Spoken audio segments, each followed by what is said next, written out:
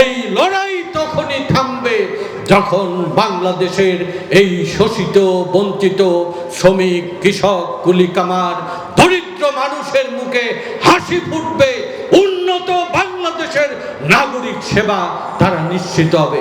উন্নত দেশগুলো যে তিনটি মৌলিক অধিকার লড়াইয়ের মাধ্যমে তারা নিশ্চিত করেছে, সেই রাষ্ট্রে সেই ভূখণ্ডে জন্মলাভকারী প্রতিটি নাগরিক তার মৌলিক অধিকার অন্ন বস্ত্র শিক্ষা চিকিৎসা বাসস্থানের অধিকার এই রাষ্ট্র এখনো দেয়নি।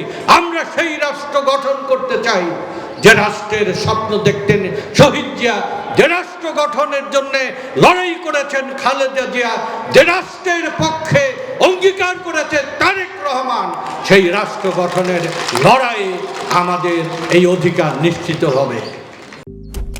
মালয়েশিয়ান প্রযুক্তিতে তৈরি অত্যাধুনিক cleaning machine modern vacuum cleaner যে কোনো ধরনের ধুলো ময়লাকে পরিষ্কার করে ঘরকে করে তুলুন চকচকে ও আকর্ষণীয়।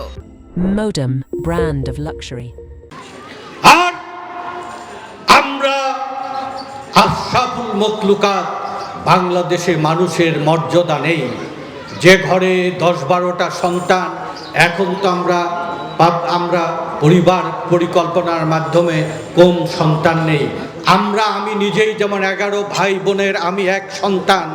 আগে অনেকের ঘরে অনেক সন্তান হতো, গ্রামে এখন অনেক সন্তান হয়। আমরা যারা বিলিভার বিশ্বাসী, আমরা জানি প্রতিটা মানুষের জন্মের আগেই তার খাদ্য সংস্থান এই ভূমিতে এই দেশে থাকে, মজুদ থাকে। কিন্তু বৈষম্যমূলক সমাজের কারণে, আজকে শোষণার বঞ্চনার কারণে একদিকে কিছু লুটেরা কোটি কোটি টাকার মালিক হয়, আর গরিবদের অভুক্তরাকে শোষণার বঞ্চনায় রাখে। আর আমাদের দেশে মানুষকে বোঝা হিসাবে দেখানো হয়েছে। আমরা বিশ্বাস করি এই গরিবের সমঘামেই এদেশের সভ্যতা টিকে রয়েছে। মানুষ বোঝা নয়, মানুষ সম্পদ। আর এই মানুষের সম্পদের স্বীকৃতি আদায়ের জন্য আমাদের লড়াই। আগামী রাষ্ট্রে মানুষকে মর্যাদার সম্মান দিতে হবে রাষ্ট্রের পক্ষ থেকে। আমেরিকা, ইউরোপ যারা উন্নত মানুষকে মর্যাদা দিয়েছে, তারা ধনী রাষ্ট্র হতে পেরেছে। ধুলো ময়লা ও ক্ষতিকর ধূলিকণা থেকে নিমিষেই মুক্তি দেয় চৌধুরী এয়ার পিউরিফায়ার। এর শক্তিশালী সাকশন ঘরের কোনায় কোনায় লুকিয়ে থাকা সকল ধুলা টেনে ফিল্টার করে এবং বের করে আনে নির্মল ও স্বাস্থ্যকর হাওয়া। আর আরেকটি অধিকার আমাদের আদায় করতে হবে রাষ্ট্রীয়ভাবে, শ্রমিকের মর্যাদা এবং শ্রমের মজুরি দিতে হবে।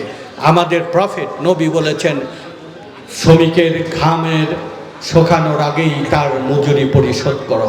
বাংলাদেশে ন্যায্য মজুরি একটা দুঃস্বপ্ন। আমাদের শ্রমে ঘামে সভ্যতা চললেও সমাজে আমাদের মূল্য নেই। কথায় কথায় চাকরিচ্যুতি, কথায় কথায় অপমান, কথায় কথায় বঞ্চনা, অসম্মান। মানুষকে যে রাষ্ট্র সম্মান দেয়নি, যে রাষ্ট্র মজুরের সম্মান দেয়নি, যে রাষ্ট্র নাগরিকের অধিকার দিয়েছে, তারাই উন্নত বাংলাদেশ গঠন করেছে। আমাদের 31 দফা বিএনপির লড়াই উন্নত বাংলাদেশ গঠনের লড়াই। সে লড়াই শুধু অন্যের উপরে দায়িত্ব দিয়ে বসে থাকলে হবে না। এ লড়াইয়ের প্রধান কারিগর শ্রমিক কর্মচারী এবং শ্রমিক শ্রেণীকে ঐক্যবদ্ধ করে এই লড়াইয়ে বিজয় আনার মাধ্যমে একটা উন্নত বাংলাদেশ গঠনের জন্য আমরা নবজাগরণের শ্রমিক জাগরণের যে ঘোষণা দিয়ে আমরা বিপদগ্রস্ত শ্রমিকের পাশে, শহীদ শ্রমিকের পাশে এবং সকল পর্যায়ের রিক্ত নিঃস্ব অবহেলিত মানুষের মুখে হাসি ফোটানোর জন্য, তার শক্তির উপরে তাকে দাঁড়ানোর আদর্শিক অনুপ্রেরণা দেওয়ার জন্য জাতীয়তাবাদী শ্রমিক দলের জাগরণ তৈরি হয়েছে। ঢাকা নগরে উত্তর এবং দক্ষিণ শ্রমিক জাগরণ অনেক টুকিয়ে গেছে। দেশ জোড়া 64 জেলায়, বাংলাদেশের সমস্ত প্রান্তে প্রান্তে, কলে কারখানায়, খেতে খামারে ভাগ্যত মানুষকে যদি আমরা ঐক্যবদ্ধ করতে পারি, সেই শোষণের জিঞ্জির ভেঙে উন্নত বাংলাদেশ ইনশাআল্লাহ আমরা গঠন করতে পারবো। সেই লড়াইয়ে শ্রমিক শ্রেণীকে প্রস্তুতি নেওয়ার স্বনির্বন্ধ অনুরোধ রেখে আমি আমার বক্তব্য শেষ করছি। দুনিয়ার মজদুর।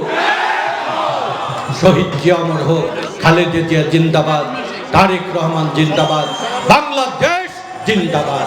ধন্যবাদ।